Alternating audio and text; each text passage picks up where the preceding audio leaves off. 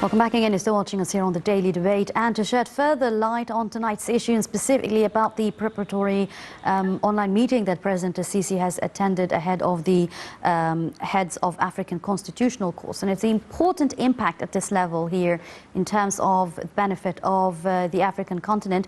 I'm very much delighted to have joining me over the phone His Excellency Ambassador Gamal Baioumy, former Assistant Foreign Minister. Good evening. Thank you for joining us, Your Excellency. Good evening. How are you? Thank you very much for joining us, Ambassador Gamal. And let me start by talking about the preparatory meeting that the President had attended online, that is in preparation for the heads of the African constitutional courts.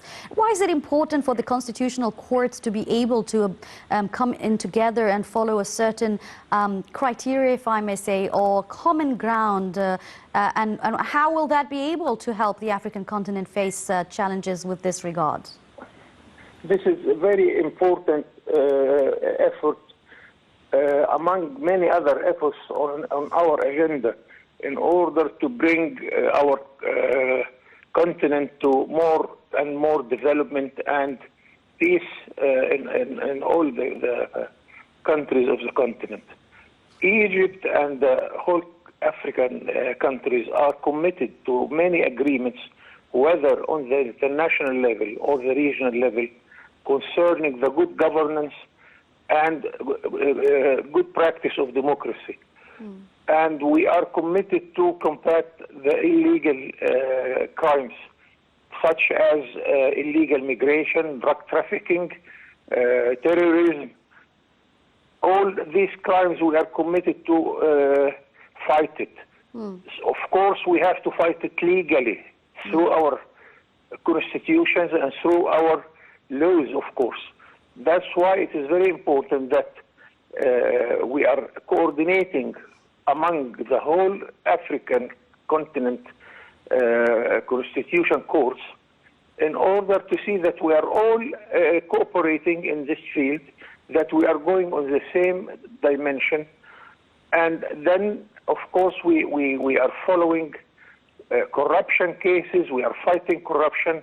Corruption here, it's not only that somebody is stealing money. No, corruption means bad bureaucracy, that you are delaying the work, that the work is not being done like it should be, having a very deteriorated banking system or transport and so on.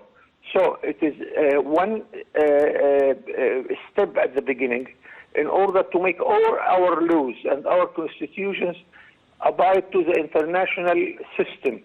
And this is one very important point in order to attract foreign direct investment. Investor is coming to a country when he's sure that wherever he is facing a problem, legal problem, he can go to a court, have a sort of judgment in most proper time.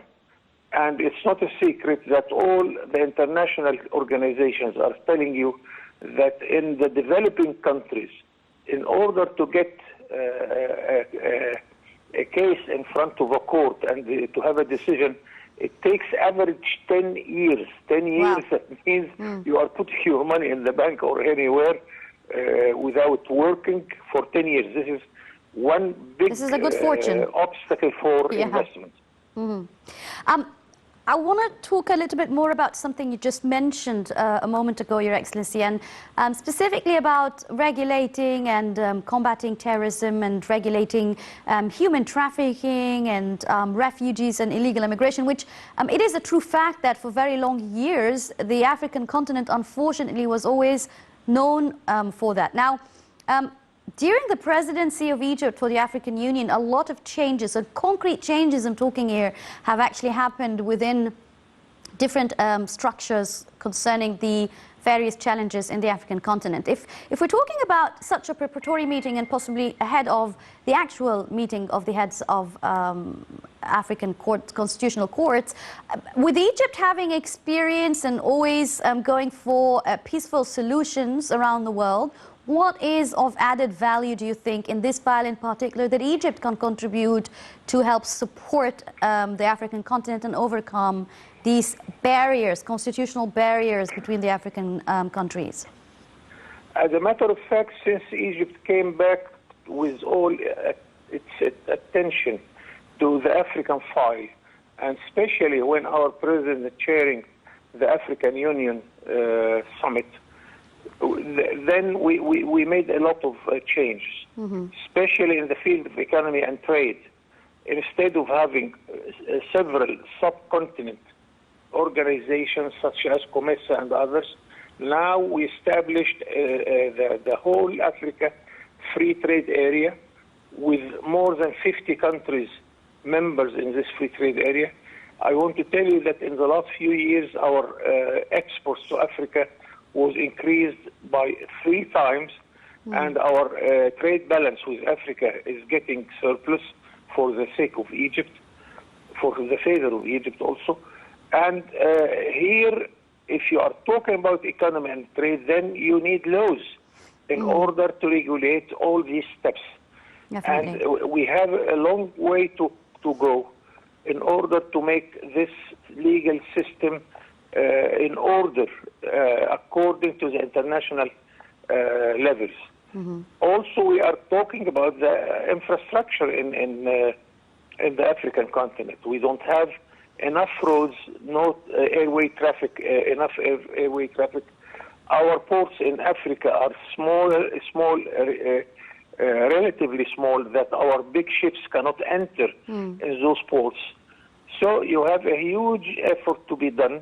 And up till then, we are suffering that Africa, although it is the poorest continent in the world, it sends the flow of money from Africa, going out of Africa, is much more the flow of money coming to Africa. Yes. Because Africa is paying its debts, Africa is paying the invoice of its imports more than it receives as investment or as the result of its export.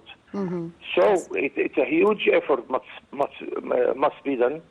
And I think we started really some good steps towards to solve all these problems in order to make our ship float quietly.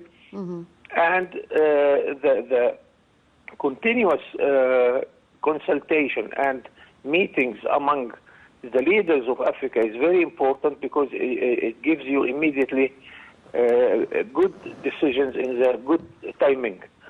So we have to continue this, and I think Egypt now is aware about the importance of Africa. There is also the political dimension. Don't forget that we have seen a few moments ago the president, the chairman of the PLO, the Palestinian Liberation Organization, present in the African summit. Why Palestine is not African? Of course. This is one very good political gain we have. Definitely. That the 50 countries are voting automatically with our Arab cause, with the Palestinian cause, and you cannot even give a price for this or a value for that. Yes, of course. So this gives you why we have an embassy in every single African country, although few people are there, here and there.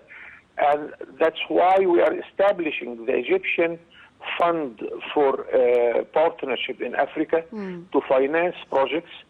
And we succeeded during the presidency of President Sisi to the AU to convince the EU, the European Union, to finance projects in Africa with the Egyptian experience on the African ground. Yes. This is a big gain we had, and I think if we make good experience with this, we can be everywhere in Africa. We can invest there, and we can fight poverty, and we can develop the continent's states in such a good way. Absolutely. So Absolutely. we have a very, very hard way ahead of us, but I am convinced that we can do it. Yeah, actually do. Thank you very much, Your Excellency Ambassador Gamal Baioumy, former Assistant Foreign Minister, for joining me on the Daily Debate and for this important information. Now, we're going to be right back after the break, and after the break,